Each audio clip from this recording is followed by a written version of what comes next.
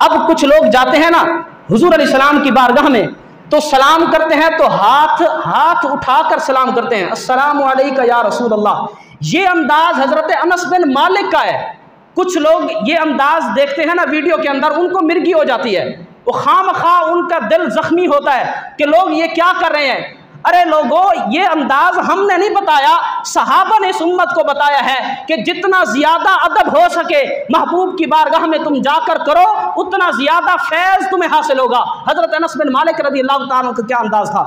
हजरत अनस बिन मालिक के एक शागिर्द हैं हजरत अबू उमामा, इसको शोबुल ईमान के अंदर इमाम बैहक़ी इस रिवायत को लाए हैं। अबू उमामा फरमाते हैं एक मरतबा मैंने देखा कि हजरत अनस बिन मालिक रज़ी अल्लाह तआला अन्हु हुजूर के रोज़ा अनवर की तरफ जा रहे हैं, हुजूर की बारगाह में हाजिरी देने के लिए। अब ये शागिर्द फरमाते हैं मैं छुप गया, मैंने कहा कि छुप कर देखूं सहाबी रसूल इतनी अजमतों बरकतों वाले सहाबी हैं, इनकी हाजिरी का अंदाज क्या है।